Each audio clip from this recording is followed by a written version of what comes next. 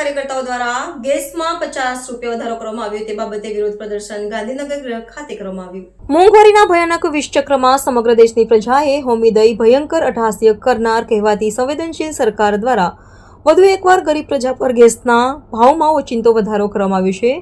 વધતા જતા ભાવ વધારવા છે ગૃહિણીઓનું બજેટ ખોરવાઈ ગયું છે અને સામાન્ય જન અતિ મુશ્કેલીનો અનુભવ કરે છે, તો આ સંવેદનશીલ સરકાર દ્વારા વધારવામાં આવેલા ભાવ વધારાનો વિરોધ કરવામાં આવ્યો।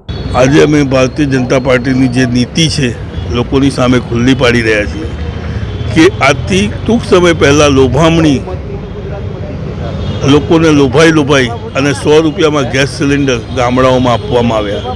શહેરોમાં જેની પાસે કનેક્શન નહોતા ફ્રીમાં કનેક્શન આપવામાં આવ્યા ગેસના, અને જે રેશનિંગ કાર્ડ પર કેરોસીન મળતું હતું તે પણ બંધ કરી દેવામાં આવ્યું। આજે પરિસ્થિતિ એવી છે કે જનતા પાસે જે ભાવ વધારો ચીકવવામાં આવે છે તેની પાસે ગેસ સિલિન્ડર રિફિલ કરાવવાના પણ પૈસા નથી।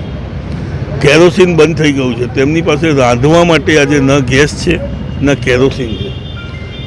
અને ભારતીય જનતા પાર્ટી દરેક જગ્યાએ કોઈ બી વસ્તુ હોય તેમાં ભાવ વધારો ચીકવવામાં માહિર છે। તેની હોશિયારીથી જ આ બધા કાર્યો કરી રહી છે। આજે પેટ્રોલ અને ડીઝલમાં બી ભાવ વધારો કરવામાં આવ્યો છે।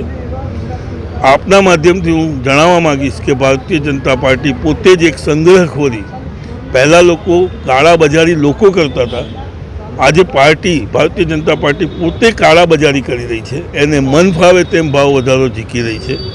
આજે 50 રૂપિયા જે ગેસ સિલિન્ડર પર વધારો કરવામાં આવ્યો છે, આપના માધ્યમથી હું સરકારને કહેવા માગીશ કે જલ્દીથી જલ્દી તે ભાવ વધારો પાછો ખેંચવામાં। ગઈકાલે જે ગુજરાત સરકારે ગેસના બોટલ પાછળ 50 રૂપિયાનો ભાવ વધારો કર્યો છે એનો અમે સખત વિરોધ કરી રહ્યા છે અને સરકાર પાસે એવી માંગ કરી રહ્યા છે કે ભાઈ તાત્કાલિક ધોરણે આ ભાવ વધારો પાછો ખેંચવામાં આવે અને ગુજરાતની જનતાને છે ને રાહત આપવામાં આવે, કેમ કે ગુજરાતની જનતા એમ બી કંટાળી ગઈ છે મોંઘવારીથી।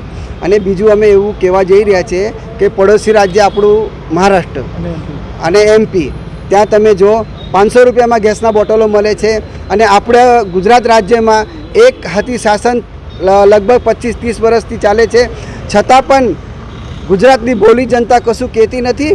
અને પણ જ્યારે પણ ગુજરાતની જનતા કહેશે તો બરાબર ટાઈમ પર જવાબ આપશે। અને અમે એવું કહેવા જઈ રહ્યા છીએ કે પડોશી રાજ્ય મહારાષ્ટ્રમાં જે લાડકી બહેન યોજના ચાલુ છે એ ગુજરાતની સરકારે પણ તાત્કાલિક ધોરણે ચાલુ કરવી જોઈએ।